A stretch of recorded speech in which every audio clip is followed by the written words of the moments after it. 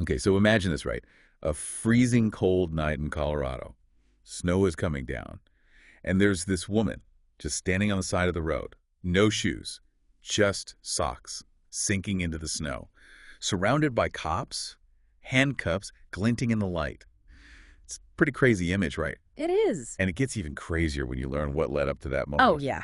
This is a story that's a real tangled mess. Lots of relationships, lots of secrets, lots of lies. So that's exactly what we're going to be diving into today. This is one wild scandal that really shook up the Greeley Police Department. It sure did. It's a story about love, betrayal, and a shooting that left the whole town in shock. Yeah, and as we go through all the evidence, the court stuff, the interviews, all the rumors floating around Greeley, Oh, yeah. we're going to try to answer the big question. Hmm. Was this a crime of passion or was it something way more planned out? Right. So at the center of all this is Ignacio Garris, Hmm.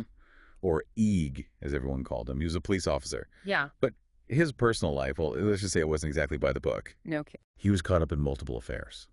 And one of them went completely off the rails and had some really serious consequences. It's interesting how a simple affair can turn into something so much bigger and so much more dangerous. It's like one lie leads to another and then another, and pretty soon things are spiraling out of control. Right. And the consequences, well, they just keep getting worse and worse. Okay, so who was this woman at the center of it all? Well, her name is Shauna Nelson.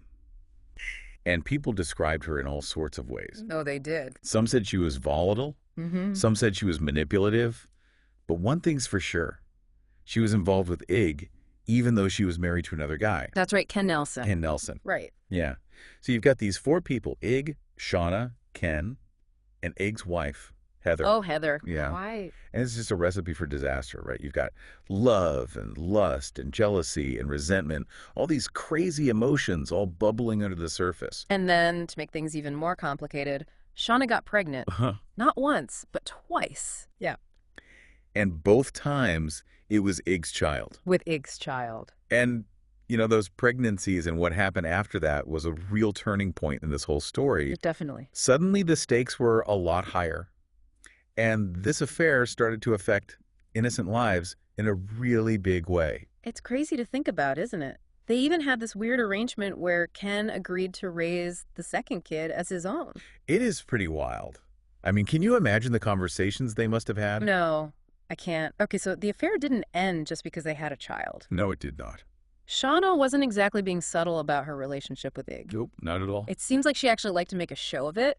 Public displays of affection. Yep. Even times where she seemed to be taunting Heather, Ig's wife. Oh, yeah. It's almost like she wanted to rub it in her face. Yeah. Or maybe she was trying to get revenge. Maybe so. Okay, so now fast forward to the night that everything changed for Ig. He's out with Shauna, and there's another woman there too. Michelle. That's it. And that's when his whole double life blows up in his face. His wife, she finds out about the whole thing. The affair. The kid. It's the pivotal moment, right? All the secrets come pouring out. Oh, yeah. It's a total mess. And everyone involved, they have to deal with the fallout. So Ig is totally overwhelmed with guilt. So he tells Heather everything. And you can just imagine it's too little too late. Way too late. The next morning, he finds a note.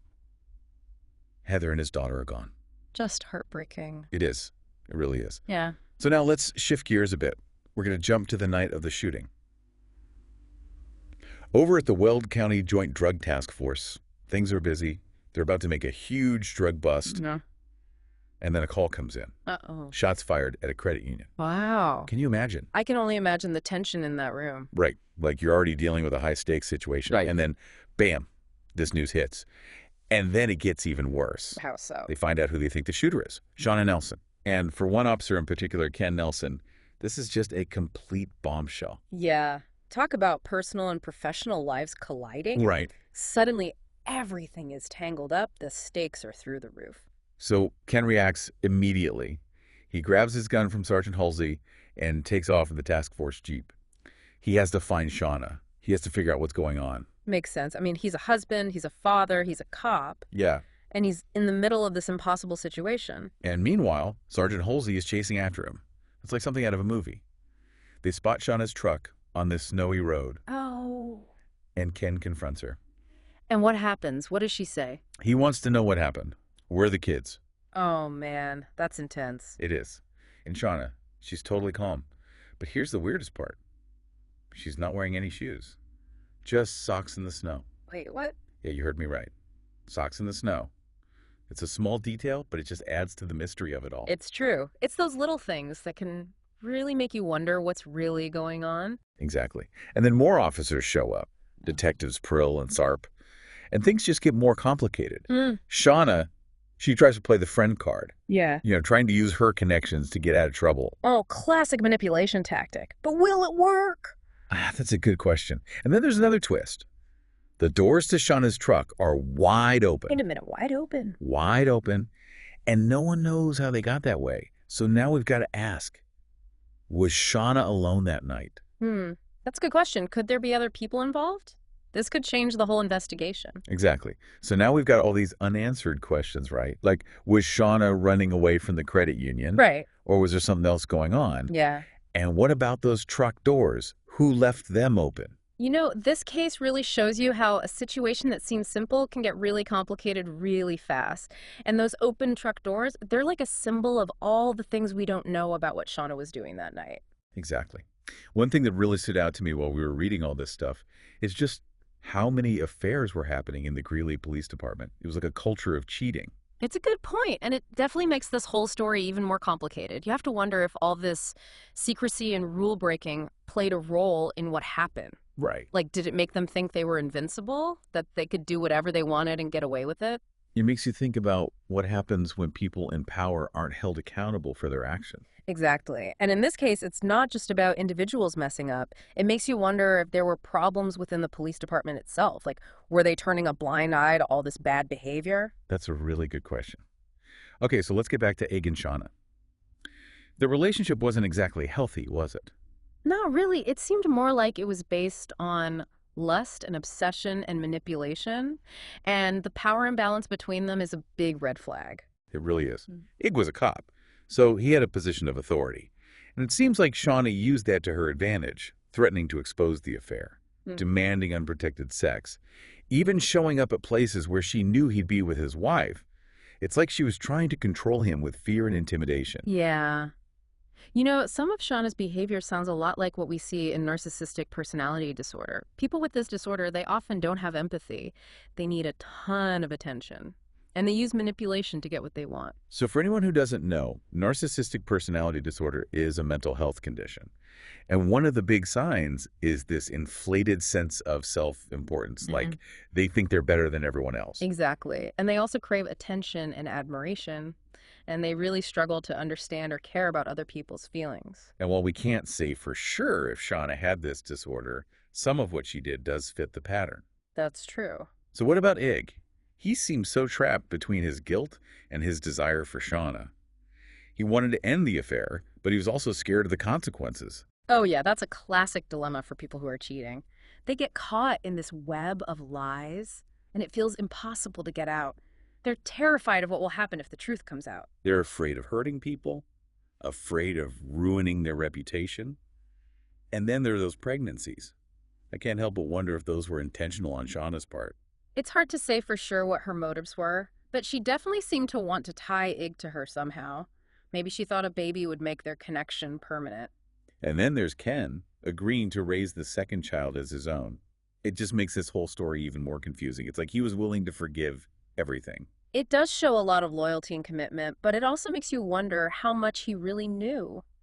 Was he aware that Shauna and Egg were still seeing each other? Right. Was he really forgiving? Yeah. Or was he just trying to protect his family from the drama? Maybe he thought keeping things together was the best way to protect his other kids from the fallout. And don't forget, even after Shauna got back with Ken, she was still seeing Egg.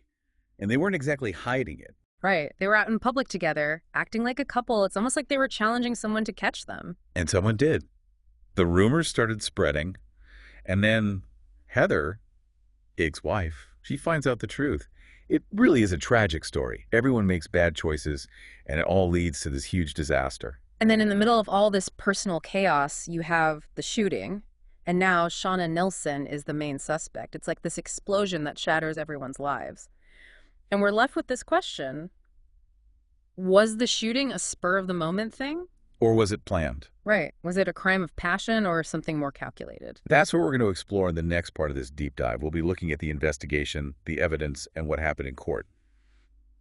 So we left off with Shauna being arrested, right? Standing there in the snow with no shoes on, Yeah. surrounded by cops. It's a pretty bizarre image. It is. But as they start investigating the shooting, things just get more and more confusing. Yeah, and you have to remember this is a small town. Everybody knows everybody. So it's not just about the evidence. It's about all these personal relationships and all the rumors flying around. It's about what people expect will happen. Exactly. The whole town is trying to process this shooting. It's a huge shock. And now they're looking at one of their own.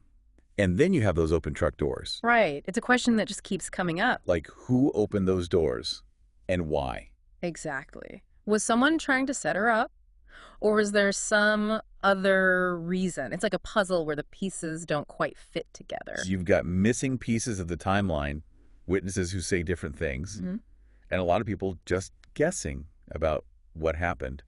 And then you add Shauna's personality to the mix. She knows how to manipulate people. She's charming. She knows how to work the system. She's a real chameleon. She can be whoever she needs to be in any situation. Exactly. One minute she's acting like the victim, the next she's threatening people. So it's hard to know what she was really thinking. And she doesn't hesitate to use her connections to the other cops to try to get herself out of trouble. It's a risky game she's playing. It really is.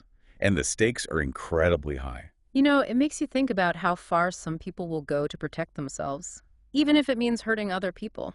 It's true. This whole case really makes you think about what makes people tick, what drives them to do good things or bad things.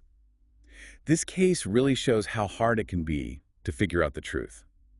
Everyone has their own story, their own reasons for doing things, their own secrets. It reminds you that things aren't always what they seem on the surface. Exactly. And that's what makes this whole thing so interesting. It's not just about solving a crime. It's about trying to understand people, the choices they make, and how those choices affect everyone around them. It's about looking beyond the surface and trying to understand the deeper reasons behind people's actions, both the good and the bad. And in the end, we're still left with this question of justice. Was Shauna really the one who fired those shots? Right. Or was she a victim of circumstance, caught up in something she didn't fully understand? It's a question that might never have a clear answer, but the fact that we're still trying to figure it out, that's what keeps us engaged. It's why we want to dig deeper and deeper, even when the answers are hard to find. Well, that about wraps up our deep dive into this complex and really tragic case. It's a story about love, lies, and betrayal, all happening within this small-town police department. We've looked at the evidence that led up to the shooting, the investigation, and some of the questions that still linger. We've also seen how easily a seemingly harmless affair can spiral out of control, how dishonesty can poison relationships, and how difficult the search for truth can be. We hope this deep dive has given you some insight into this complicated case and the questions it raises about human nature. And as always, we encourage you to keep digging into this story. Look at the evidence.